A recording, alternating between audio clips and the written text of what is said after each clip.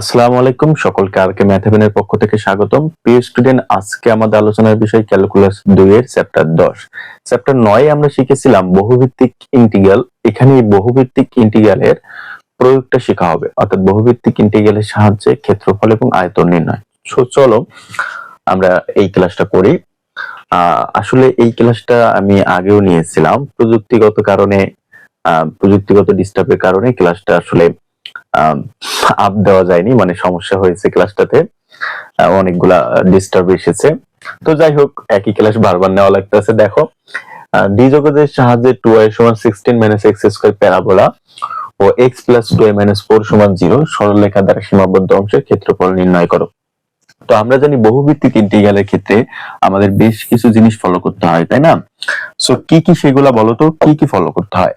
As a first আমাদের এক নম্বরে চিনতে হবে সমীকরণের আকার। সমীকরণের আকার অর্থাৎ সমীকরণটা কোন প্রক্রিয়ায় আছে, সেটা কিসে আছে, বৃত্তে আছে, প্যারাবোলায় আছে, সরলরেখায় আছে, না অন্য কোনো প্রক্রিয়া আছে, সেটা চিনতে হবে। নাম্বার 2 এ আমাদের যে কাজটা করতে হবে সেটা হচ্ছে বলতো কি, ছেদবিন্দু নির্ণয় করা শিখতে হবে। নাম্বার 3 এ আমাদের অবশ্যই চিত্রাঙ্কন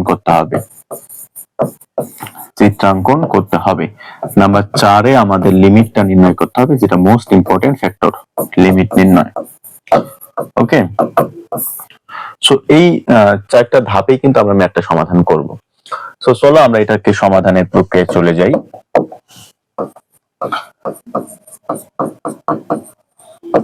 সলিউশন। আচ্ছা, তো আমরা প্রথমত কি করব, যে প্রদত্ত যেটা দেওয়া আছে সেটা লিখব। প্রদত্ত প্যারাবোলা কি আছে, 2y সমান 16 - x²। আচ্ছা, এটাকে আমরা একটু সমাধান করে নেই। y সমান 16 - x² ভাগ হচ্ছে 2। সো 2 দ্বারা যদি 16 কে ভাগ করি 8, 2 দ্বারা যদি x² কে ভাগ করি তাহলে হচ্ছে x²/2। দ্যাটস মিন y এর ভ্যালুটা হচ্ছে এটা। এটাকে আমরা সমীকরণ 1 হিসেবে রেখে দিলাম। আচ্ছা, আবার আমরা যেটা করব, দেখো আবার সরলরেখা দেওয়া আছে, তাই না? আবার সরলরেখাটা দেওয়া আছে কি, x + 2y - 4 সমান 0। এটা আমাদের সরলরেখা না, বলতো? আচ্ছা, এখান থেকে আমরা y কে বের করি, y কে ফাইন্ড আউট করি, তাহলে আমাদের জন্য সুবিধা হবে। তাহলে 2y এখানে থাকুক, +4 x টা -x। সো y সমান 2 দ্বারা তো সেম ভাবে আগের মতো ভাগ হবে, যে এইভাবে ভাগ করলে হবে 2 - x/2। একেবারেই করে নিলাম। হ্যাঁ, তো এটা হচ্ছে আমাদের 2 নং সমীকরণ। এখন দেখো, 1 এবং 2 নং সমীকরণের বাম পাশে কিন্তু y আছে, যেটাকে আমরা চাইলে ইজিলি বাদ দিতে পারি, ঠিক আছে? অর্থাৎ 1 এবং 2 সমীকরণ হতে পাই বাম পক্ষ কাটা, থাকবে শুধু ডান পক্ষ সমান। তাহলে আমরা লিখব 1 ও 2 নং হতে পাই। তাহলে 1 ও 2 নংটা কি? আচ্ছা, 1 নং এ বাম পক্ষে আছে 8 - x²/2, আর এখানে হচ্ছে আছে 2 - x/2, তাই না? আচ্ছা, সো এখন দেখো আমরা সবগুলোকে এক পাশে নিয়ে আসি। হ্যাঁ, 8 - x²/2 -2 প্লাস হচ্ছে x/2, অপোজিটে কিছু নেই মানে 0, তাই না? আচ্ছা, সো এখন আমরা জাস্ট কি করব, 6 - এখানে x²/2 প্লাস এখানে x/2 সমান 0। আচ্ছা, সো দেখো এখন আমরা লসাগু করে দিতে পারি, তাই না? লসাগু হচ্ছে 2। আচ্ছা, লসাগু হচ্ছে আমাদের 2, তাই না? তাহলে এখানে হচ্ছে 12 - x², এখানে হচ্ছে +x সমান 0। সো আলটিমেটলি এখন যদি আমরা পরের লাইনে, অবশ্যই তো আর গুণন করতে হবে, আর গুণন করলে 2 টা 0 এর সাথে গুণ হয়ে কি হবে বলতো, 0 হবে।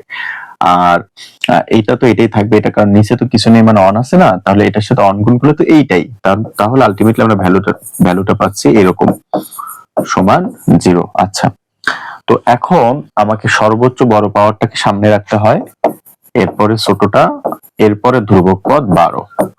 এখন আমরা জানি সর্বোচ্চ পাওয়ারের আগে কখনো ঋণাত্মক থাকতে পারে না, দ্যাটস মিন ঋণাত্মক দ্বারা পুরো ভ্যালুটাকে গুণ করে দিব, তাহলে হচ্ছে x square minus x minus 12 সমান 0, তাই না?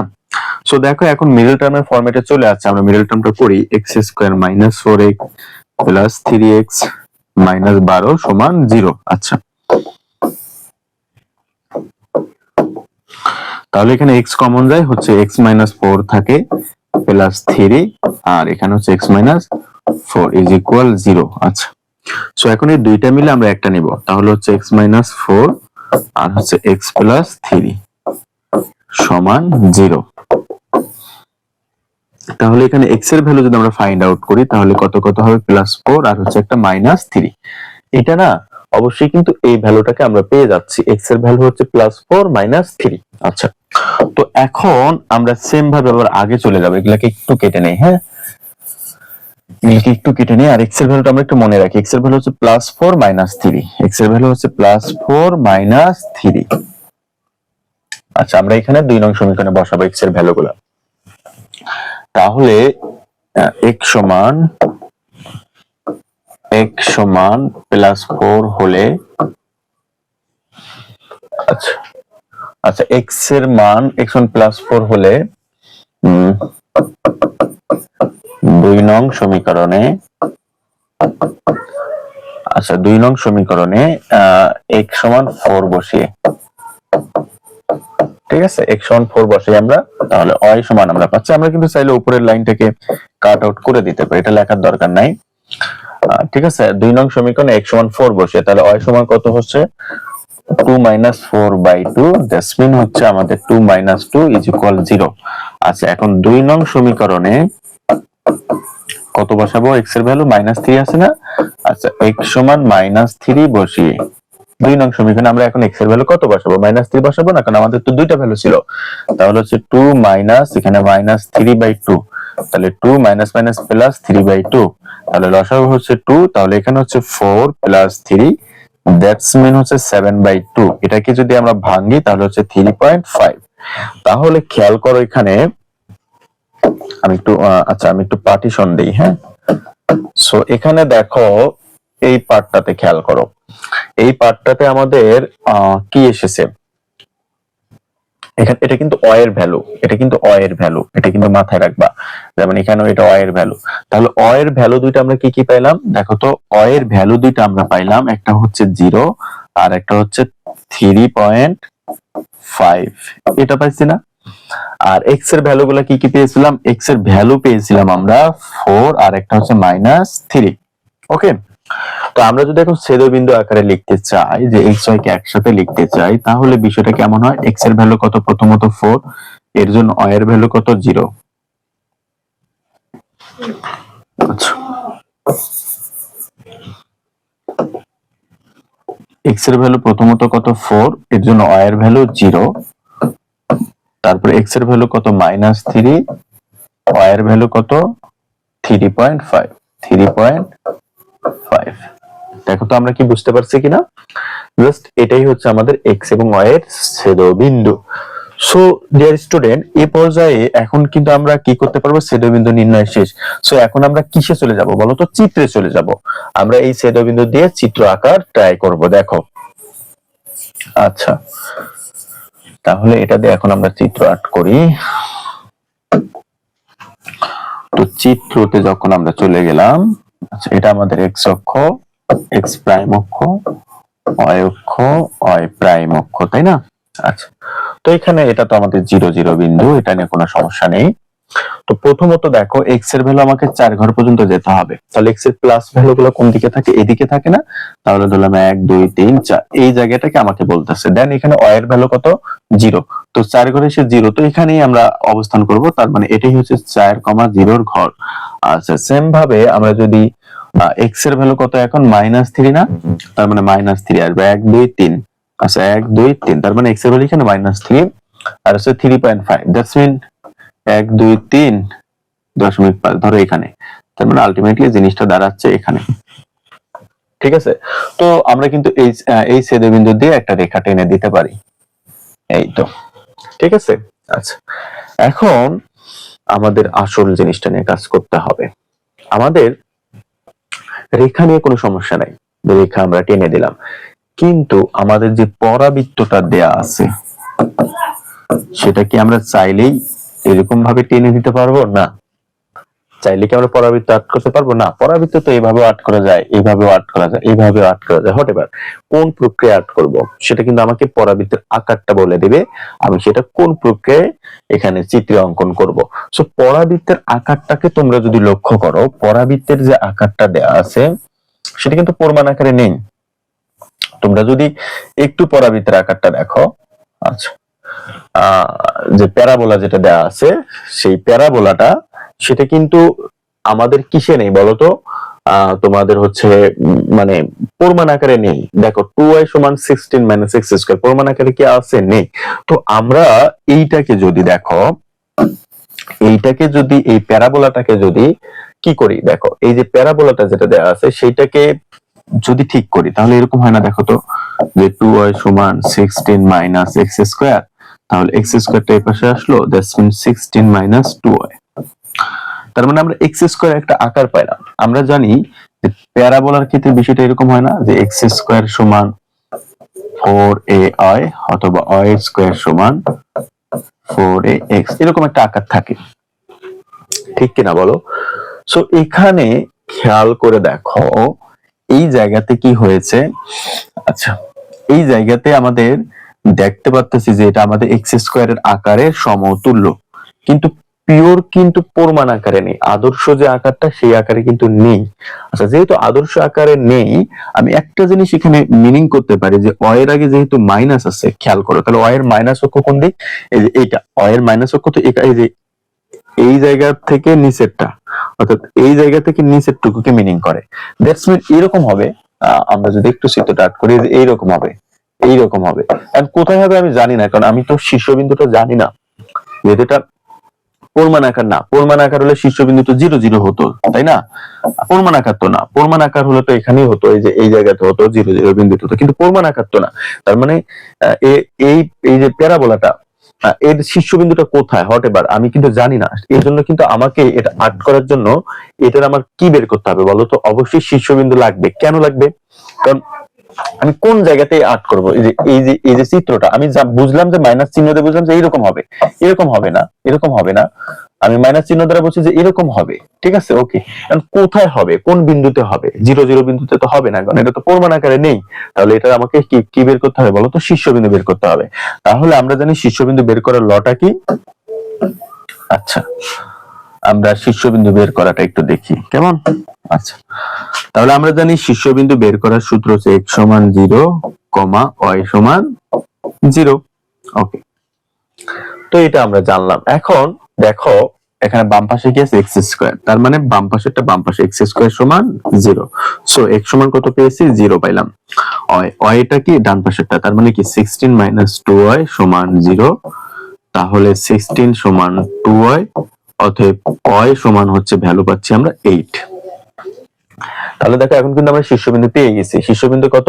x এর ভ্যালু 0, তার মানে এই বিন্দুতে, আর y এর ভ্যালু 8 ঘর পর্যন্ত যাবে। ধরলাম এই জায়গাটাকে আমরা মিনিং করতেছে, এই যে এই জায়গাটাকে মিনিং করতেছে, এই জায়গাটা হচ্ছে 0,8 এর ঘর।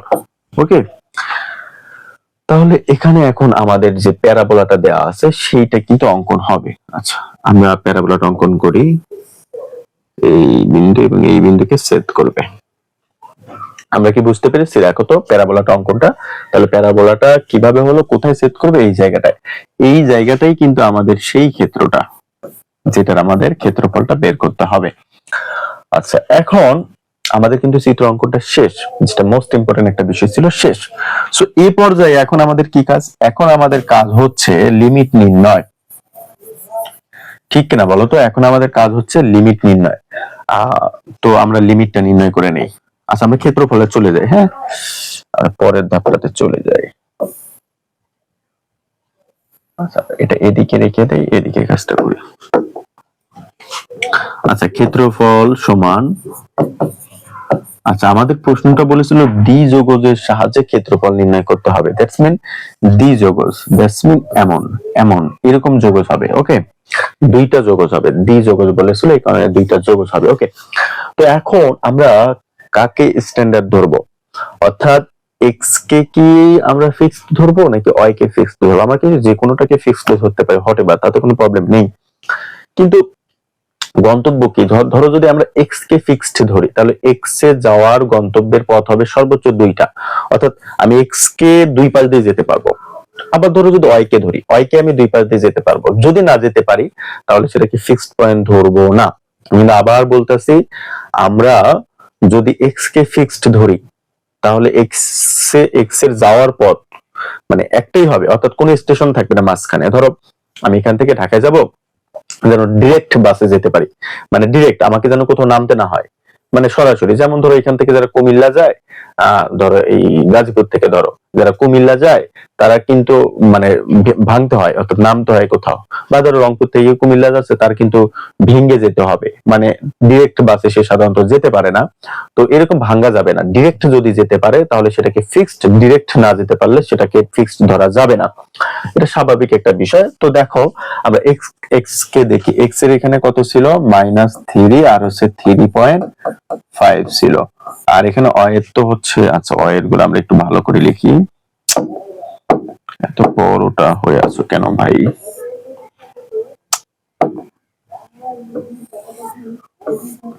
আচ্ছা, এখানে হচ্ছে 4,0। আচ্ছা, সো দেখো এক্স কে যদি আমরা ফিক্সড ধরতে চাই তাহলে গন্তব্যের পথটা দেখি।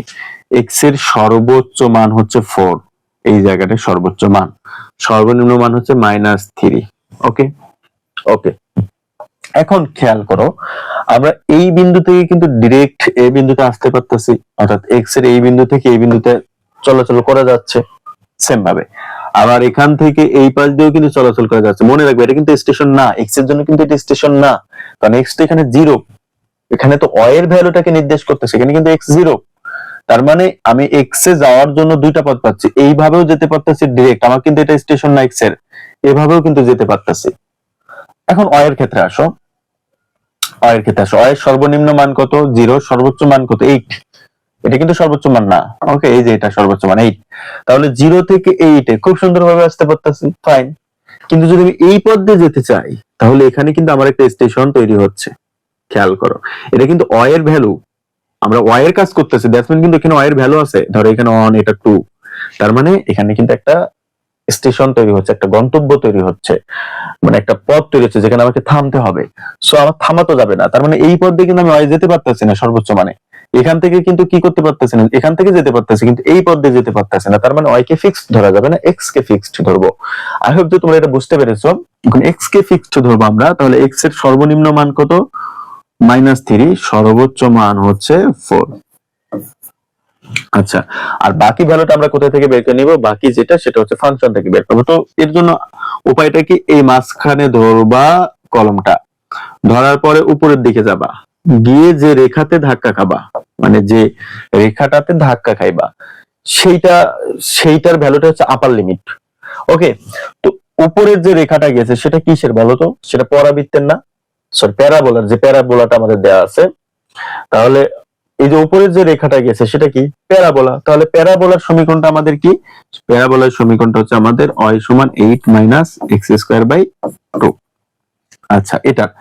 আর এখান থেকে নিচের দিকে আসে যেখানে ধাক্কা খাবা সেটা হচ্ছে রেখার, সরল রেখার কি বলতো সমীকরণ। তার মানে এই যে নিচে যেটা আমরা যেখানে ধাক্কা খেলাম সেটা সরল রেখা, সরল রেখার ক্ষেত্রে কি, সেটা হচ্ছে y সমান 2 - x/2। তার মানে এখানে আমরা পাচ্ছি, আচ্ছা এটা x সমান, এটা হচ্ছে y সমান 2 - x/2, কারণ লোয়ার লিমিট তো এটা, যেটা নিচে আসবে সেটা লোয়ার লিমিট, আর যেটা উপরে ধাক্কা খাবে, উপরে ধাক্কা খেয়েছে তো এটা আপার লিমিট, 8 - x²/2। ওকে, আচ্ছা বাকি ভ্যালুটা কি ছিল, বাকি ভ্যালুটা আমরা লিখে নেই। আচ্ছা, আমাদের সরলরেখার সীমাবদ্ধ অংশের ক্ষেত্রফল। ওকে, তাহলে জাস্ট এখন ক্ষেত্রফলটা বের করব। তো আমাদের এটা কিসের, এটা তো ওয়াই এর, সো এখানে আগে ওয়াই আগে থাকবে, এক্স পরে থাকবে। আই হোপ যে আমরা এটা বুঝতে পেরেছি। এখন দেখো বাকি কাজটা খুব ইজি, কাজ প্রায় কিন্তু শেষ, মেইন কাজ আমাদের শেষ। আচ্ছা, সো প্রথম লিমিটটা ঠিক থাকবে -3 থেকে 4। আচ্ছা, এখন y কে আমরা যদি ইন্টিগ্রেশন করি তাহলে শুধু dy কে ইন্টিগ্রেশন করলে শুধু হয় না। এখন আপার লিমিট কত 8 - x²/2, লোয়ার লিমিট হচ্ছে 2 - x/2, সাথে তো থাকে dx। আচ্ছা, তাহলে এখানে -3 থেকে 4 পর্যন্ত থাকুক। আচ্ছা, এখন y এর জায়গায় আপার লিমিট বসবে। আপার লিমিট কত 8 - x²/2, ওকে, মাইনাস লোয়ার লিমিট, y এর জায়গায় লোয়ার লিমিট কত 2 - x/2, সাথে হচ্ছে dx। -3 থেকে 4 পর্যন্ত 8 - x²/2 -2 প্লাস হচ্ছে x/2, সাথে হচ্ছে আমাদের dx। ওকে,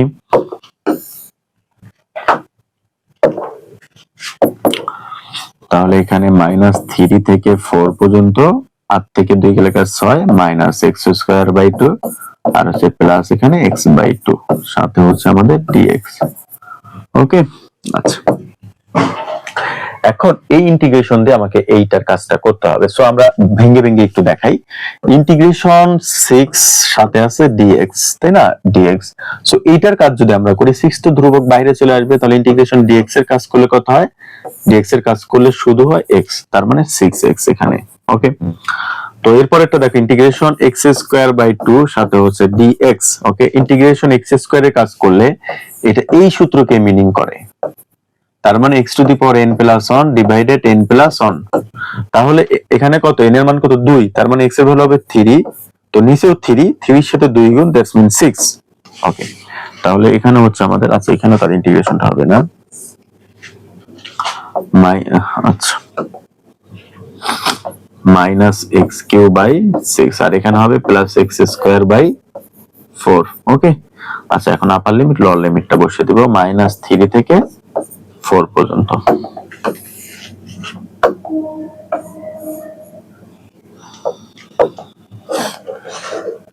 আচ্ছা, এখন আমরা আপার লিমিটটা বসিয়ে দিই, তাহলে 6 গুণন 4 মাইনাস 4 এর উপর q/6 প্লাস 4 এর উপর স্কয়ার বাই হচ্ছে 4 মাইনাস থাকুক 6 গুণন -3 মাইনাস -3 এর উপর কিউব ডিভাইডেড হচ্ছে আমাদের 6 প্লাস -3 এর উপর স্কয়ার ডিভাইডেড হচ্ছে আমাদের 4। ওকে, আচ্ছা, সো এখানে দেখো 4 এর উপর স্কয়ার মানে 16, 16 দ্বারা 4 কে ভাগ করলে 4, এই ভ্যালুটা কত 4, 4 এর সাথে 4 × 24, তার মানে কি 28 বিয়োগ এখানে হচ্ছে কত দেখো 64/6। আচ্ছা, এখানে হচ্ছে 4 এর উপর কি মানে 64/6, আমরা যদি একটু কাটাকাটি করি তাহলে ভ্যালুটা হচ্ছে 2 দিয়ে কাটলে 32/3, আমরা একেবারে একটু লিখে ফেলি 32/3। আচ্ছা, মাইনাস এনে কত -18, আচ্ছা মাইনাস থাকুক, মাইনাস কত এখানে 27 হয়, আর নিচে হচ্ছে 6 প্লাস 9/4। আচ্ছা, এখানকার এই যে -27 আর মাইনাস, তার মানে প্লাস। আচ্ছা, এটা আমরা একেবারে প্লাস দিই, হ্যাঁ আমরা একটু মুছি এটা এইভাবে না লিখে, মাইনাস মাইনাস তো প্লাস হবে, প্লাসটা দিয়ে দেই। ওকে, প্লাস। আচ্ছা, সো এখন দেখো বাকি ভ্যালুটাকে আমরা যদি সমাধান করতে চাই তাহলে দেখো এটাকে আমরা সরাসরি করে ফেলি, আমাদের টাইম নষ্ট করা যাবে না। 28 মাইনাস 32/3, তার মানে এখানে হচ্ছে আমাদের 52/3 মাইনাস এখানে হচ্ছে আমাদের -18 যোগ 27 ভাগ হচ্ছে আমাদের 6, আচ্ছা যোগ এখানে হচ্ছে 9 ভাগ হচ্ছে, আচ্ছা 9 ভাগ হচ্ছে 4, সো এখানে 45/4। আচ্ছা, -45/4, so minus minus plus, that's mean 52/3 plus 45/4। আচ্ছা, যোগ 52/3, দ্যাটস মিন 343/12, 343/12 343/12। সো প্রিয় স্টুডেন্ট, আশা করি তোমরা ম্যাথটা বুঝতে পেরেছো। এটা কিন্তু খুবই গুরুত্বপূর্ণ একটা ম্যাথ এবং বেসিক বলতে পারো এই অধ্যায়ের। সো এই ম্যাথটা পারলে অন্যান্য ম্যাথগুলো করতে গেলে আমাদের কিন্তু আমরা অনেক সুবিধা পাবো। সো আশা করি তোমরা বুঝতে পেরেছো।